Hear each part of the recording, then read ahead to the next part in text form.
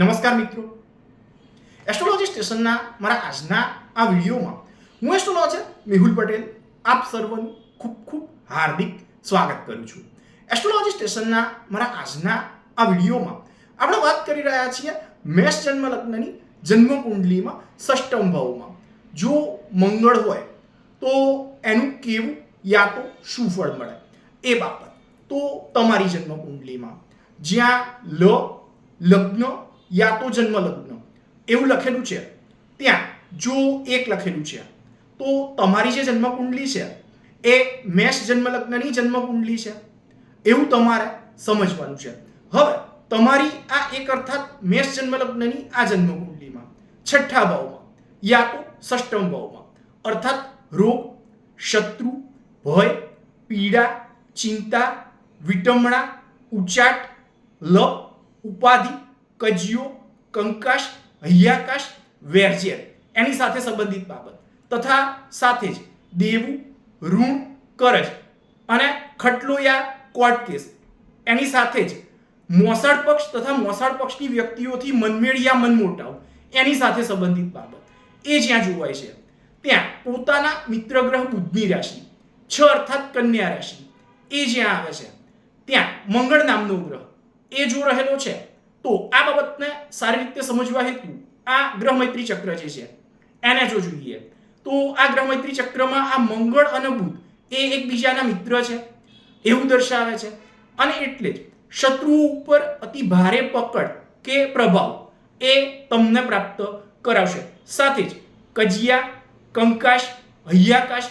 ઝઘડા, ટંટા ફસાદ, કોર્ટ કચેરી સાથે સંબંધિત બાબત જેવી બાબતોમાં એ તમને નિર્ભય રીતે કામ કરાવશે. સાથે જ મહેનતના બળ દ્વારા સતત પ્રગતિ અને સ્વાભિમાનયુક્ત બુદ્ધિ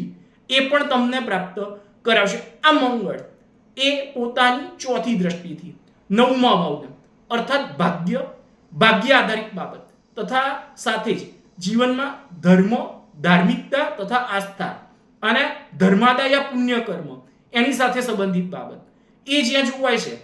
ત્યાં પોતાના મિત્ર ગ્રહ ગુરુની રાશિ 9 અર્થાત ધન રાશિ એ જ્યાં આવે છે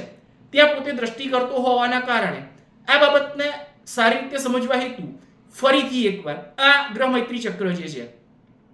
એમાં જો જોઈએ તો આ ગ્રહ મૈત્રી ચક્રમાં આ મંગળ અને ગુરુ એ એકબીજાના મિત્ર છે એવું દર્શાવે છે અને એટલે જ ભાગ્ય આધારિત બાબત અને સાથે જ ભાગ્ય બળની વૃદ્ધિ પ્રાપ્ત કરવાની બાબતમાં એ તમને અડચણો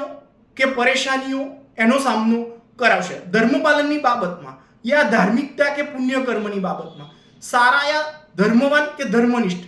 એવા એ તમને બનાવશે. આ મંગળ એ પોતાની 7મી દ્રષ્ટિથી 12મા ભાવને અર્થાત ખર્ચ, વ્યય, ચોરાયેલ, ખોવાયેલ, ગુમાવી દીધેલી વસ્તુ, વિગત, બાબત યા સાધન સંપદા એની સાથે સંબંધિત બાબત એ જ્યાં જોવાય છે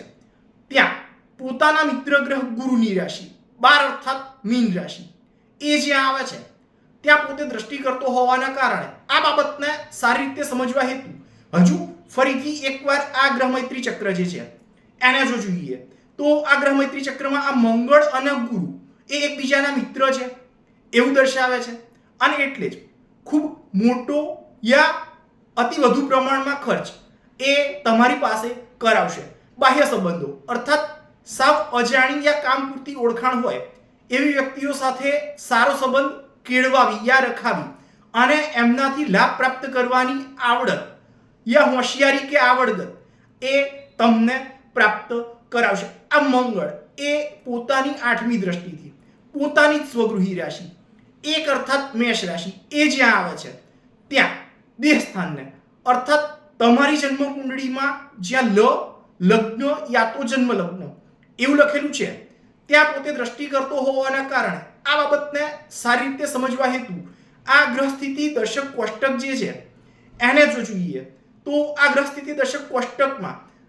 આ 1 અર્થાત મેષ રાશિમાં રહી અને મંગળ જે છે એ પોતે સ્વગૃહી થાય છે એવું દર્શાવે છે અને ત્યાં આ મંગળ જે છે એ પોતે દ્રષ્ટિ કરતો હોવાના કારણે તમને તમારા શરીરમાં સારી આભા, પ્રતિભા યા પ્રભાવ અને સ્વાભિમાનનો ભાવ એ પ્રાપ્ત કરાવશે. જીવનમાં કઠિનતમ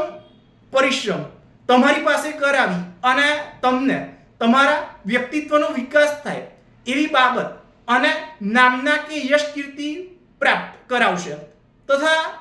તમારા સ્વાભિમાનીપણાના કારણે જ વિરોધ કરનાર વ્યક્તિઓથી વિરોધાભાસ, કજિયા, કંકાસ, હૈયાકાશ, સંઘર્ષ, ઘર્ષણ એવી બાબત સહન કરવાની સ્થિતિ એ તમારા જીવનમાં રહેવા પામશે. પણ આવી બાબતમાં પણ સર્વ રીતે વિજયશ્રીની પ્રાપ્તિ એ પણ તમને કરાવશે. આવું ભૃગુ સંહિતા નામના એમના ગ્રંથમાં ભૃગુ ઋષિએ વર્ણન કરેલું છે. તો મિત્રો, આ તો હતો મારો આજનો આ વિડીયો. આ વિડીયો તમને કેવો લાગ્યો એ મને અવશ્યથી જ લખી અને જણાવજો તથા સાથે જ મારા આવા જ અન્ય માહિતીસભર વિડીયોને જોવા માટે મારી આ ચેનલને સબસ્ક્રાઇબ અવશ્યથી કરજો તથા વધુમાં વધુ સબસ્ક્રાઇબ પણ અવશ્યથી જ કરાવજો. નમસ્કાર.